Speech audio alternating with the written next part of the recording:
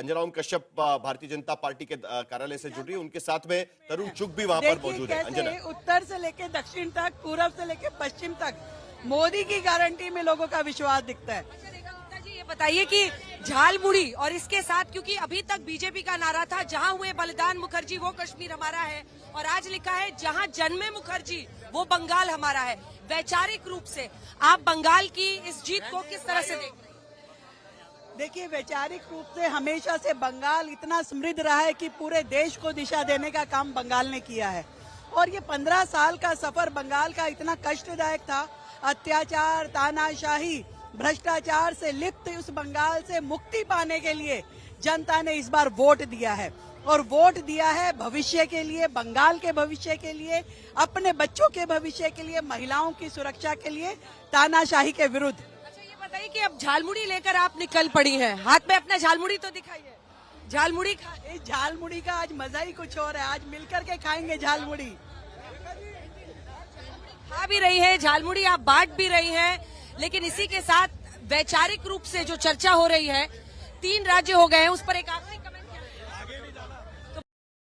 तो रेखा गुप्ता, दिल्ली की मुख्यमंत्री, जो ये कह रही हैं कि झालमुड़ी और हाथ में लेकर बीजेपी के नेता आ रहे हैं, जो झालमुड़ी खाते हुए यहाँ से आगे बढ़ रहे हैं। अगर आप संस्थान के नजरिए से, संगठन के नजरिए से देखिए तो सूद साहब भी हमारे साथ है इस जीत को, आप भी झालमुड़ी लेके आ गए। देखिए, हम तो झालमुड़ी खा रहे हैं, झाल कहीं और हो रहा है। और आज श्यामा प्रसाद मुखर्जी जी की धरती पर देश की आंतरिक सुरक्षा के लिए और देश में संपूर्ण विकास के लिए, सभी राज्य एक साथ विकास कर पाए, इस दृष्टिकोण के लिए आज का दिन देश की राजनीति में सबका साथ, सबका विकास, सबका प्रयास के मॉडल को आगे बढ़ाने। दिल्ली में वापसी हुई, बंगाल में पहली बार आपकी सरकार आजादी के बाद बन रही। जी, मैंने इसीलिए कहा भी तैयार हो गया। श्यामा प्रसाद, हम सभी तैयार हैं, और हर देश का नागरिक आज इस बात के लिए खुशी मना रहा है। बंगाल के लोग तो आज मान रहे हैं कि उनकी आजादी आज हुई है। घुसपैठ से आजादी, गुंडागर्दी से आजादी। घुसपैठियों को भगाने का आपका काम कब शुरू होगा? देखिए, इसके लिए बहुत समय से गृह मंत्री जी ने बार बार इसको बताया कि जैसे ही टीएमसी की सरकार ने जमीनें नहीं दी, अब देश की आंतरिक सुरक्षा ठीक होने के रास्ते खुल जाएंगे। बहुत धन्यवाद आपका। तो बीजेपी का तैयार एकदम पूरा? बिल्कुल, यहाँ भी तैयार है और पंजाब में भी तैयार है। अब देखो, पंजाब में तैयार है। बंगाल तो अभी तैयारी की है, बंगाल तो जीते हैं। अमित शाह तो कह रहे हैं कि पंजाब में वो एक जिले का भ्रमण शुरू करने वाले हैं। बिल्कुल, पंजाब में भी लोगों को यही आग्रह करना है। जैसे बंगाल के लोग और पंजाब के लोग लगभग बराबर हैं, उनकी सोच बराबर है, काम करने का तरीका बराबर है। तो मेरा मानना है कि जैसे बंगाल के लोगों ने एक्सेप्ट किया, बीजेपी को एक मैंडेट दिया है मोदी जी की अगुवाई में, पंजाब भी इस बार 2027 में बीजेपी का साथ देगा और वहां भी पंजाब में बीजेपी का मुख्यमंत्री बनेगा। धन्यवाद आपका। तो कुल मिलाकर पूरा तांता लगा हुआ है। एक बार आपको जरा ये पोस्टर में दिखाना चाहती हूँ। कश्मीर का नारा था भारतीय जनता पार्टी का, जहां हुए बलिदान मुखर्जी वो कश्मीर हमारा है। और अब देखिए नारा बदलकर, एक बार वहां से जरा हट जाइए, सिक्योरिटी वाले लोग खड़े हो गए हैं। श्यामा प्रसाद मुखर्जी की तस्वीर के साथ वहां पर नारा लग गया है कि जहां जन्मे मुखर्जी वो बंगाल हमारा है। तो इससे समझ में आता है कि बीजेपी किस तरह से बंगाल की इस जीत को श्यामा प्रसाद मुखर्जी अपने यही नारे से दरअसल हमने इस पूरे बहस की शुरुआत की थी। लेकिन आशुतोष, सारी जीत एक तरफ और बंगाल की जीत एक तरफ, यही बात है ना पूरी तरीके से। मतलब ये आइडियोलॉजिकल सर्कल एक तरीके से पूरा हो गया, जो अंजना भी वहां पर दिखा रही है कि किस तरीके से वो नारा वहां पर लिखा गया है। श्यामा प्रसाद मुखर्जी, मुझे लगता है कि आज का दिन आरएसएस और बीजेपी के लिए बहुत बड़ा दिन इसलिए है क्योंकि जो आरएसएस की जो मूल विचारधारा है उसमें उनके निशाने पर 4 जगह थी, जम्मू कश्मीर, नॉर्थ ईस्ट, असम और बंगाल। तो असम और बंगाल असम को तो उन्होंने 10 साल पहले जीत लिया था, बंगाल उनके उस पे था, उनको समझ में नहीं आ रहा था बंगाल को हैंडल कैसे करें। तो मेरी नजर में ये इलेक्टोरल विक्ट्री से ज्यादा ये उनकी आइडियोलॉजिकल विक्ट्री है, वैचारिक विक्ट्री है, क्योंकि उनकी पूरी की पूरी लड़ाई जो है वो हिंदुत्व को या हिंदू यूनिटी की लड़ाई है। और उसमें जो मुसलमान अंजना के साथ जुड़े हुए हैं, महासचिव है भारतीय जनता पार्टी के, अंजना के साथ वहां पर जुड़े हुए तरुण चुग हमारे साथ इस वक्त जुड़ रहे हैं। क्या बताएंगे आप इस विक्ट्री को, क्योंकि आप लोग संगठन के स्तर पर काम करते हैं, हर चुनाव में आपसे भेंट होती है, कैमरे पर आप ज्यादा आते नहीं है। जहां जन्म लिए मुखर्जी वो बंगाल हमारा है। वैचारिक रूप से इसका क्या अर्थ है तरुण जी? ऐसा है कि ये इसका बहुत बड़ा अर्थ है। ये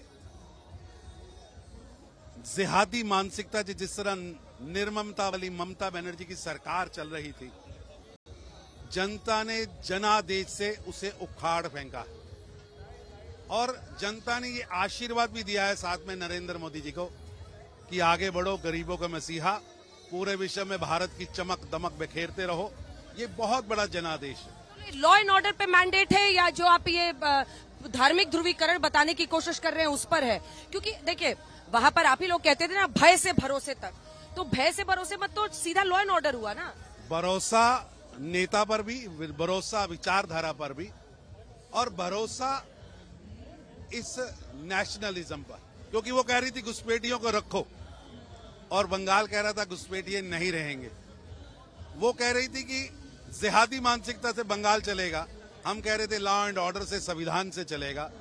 जनता ने भारतीय जनता पार्टी की सोच पर, सबका साथ सबका विकास पर मोहर लगाई। घुसपैठियों को भगाना तो आप ही को है ना, वो तो केंद्र का काम है, गृह मंत्री का। निश्चित रूप से हमारा संकल्प है डिटेक्ट, डिलीट एंड डिपोर्ट। तो होली आपने खेल लिया। बिल्कुल, आज पूरा देश, हर गली में होली है। देश के अंदर एक खुशी का वातावरण है कि एक ऐसी सरकार जो निर्ममता से वहां हत्याएं, कम से कम 150 कार्यकर्ता भाजपाओं की हत्या हुई है।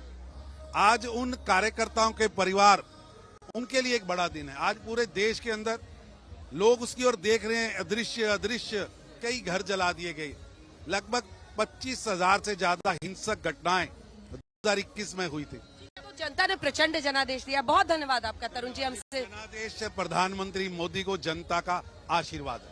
धन्यवाद आपका। तो यहाँ पे मूड पता चल रहा होगा साहिल आपको, जबरदस्त जोश है। बीजेपी के कार्यकर्ता इधर झूम रहे हैं, गाना वंदे मातरम से लेकर वहां पर परिवर्तन की दरकार जो हम लोग बंगाल में सुन रहे थे, वही परिवर्तन की दरकार चाहिए बीजेपी सरकार। यहाँ भी धुन बज रहा है और झूम रहे हैं लोग झंडा लेके, और यहीं से प्रधानमंत्री कुछ देर में यहाँ पहुंचने वाले हैं। लेकिन एक तरीके से शशि शेखर जी, यहाँ पर लिस्ट हम बना रहे थे, एक के बाद एक सारे जो बड़े बड़े रीजनल सत्रप्स थे वो धाराशायी हो गए हैं। तेजस्वी यादव, नवीन पटनायक, अरविंद केजरीवाल, ममता बनर्जी, शरद पवार, उद्धव ठाकरे, एमके स्टालिन और बाकी नीतीश कुमार और अखिलेश यादव। नीतीश कुमार तो है उनके साथ में, लेकिन नीतीश कुमार आज कहां है आपको पता है? वो तो अंग बंग कलिंग की बात करें तो वो भी गए। अखिलेश यादव, सारे लोगों को एक के बाद एक धराशायी कर दिया। और ये आखिरी गढ़ था मेरे ख्याल से ममता बनर्जी वाला, अगर इसी पे बात करें।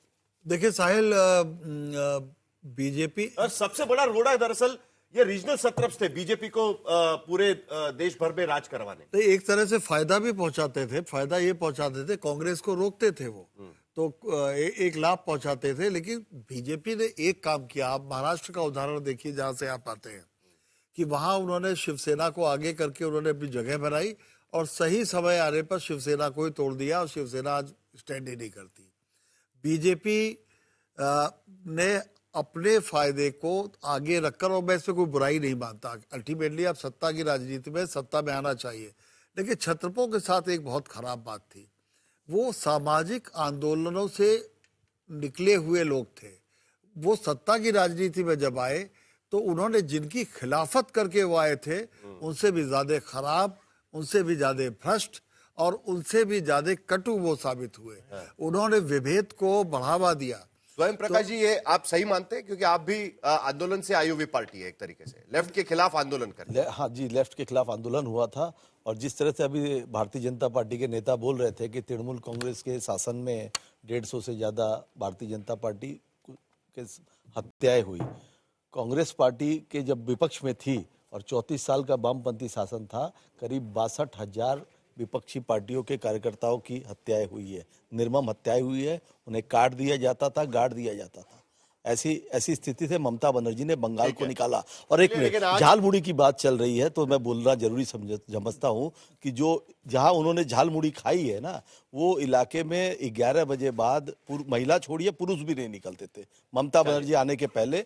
तो वहां पर सरकार बदल गई है। हाँ, अब वही सारे मुद्दे उन पर बीजेपी क्या करेगी? 20 सेकंड है मेरे पास, क्योंकि उसके बाद हमें बीजेपी कार्यालय चलना है। साहिल, जितने भी क्षेत्रीय पार्टियां थी वो कांग्रेस के खिलाफ खड़ी हुई थी और परिवारवाद के खिलाफ, कांग्रेस के अंदर जो परिवारवाद था उसके खिलाफ खड़ी हुई थी। और ये जितनी क्षेत्रीय पार्टियों का आप गिन लें, ये सारे के सारे पारिवारिक पे। ठीक है, चलिए। तो इस बार अभी थोड़ी देर में हम चलेंगे भारतीय जनता पार्टी के मुख्यालय, क्योंकि वहां पर प्रधानमंत्री मोदी आने वाले हैं। अंजना ओम कश्यप पहले से वहां पर मौजूद है।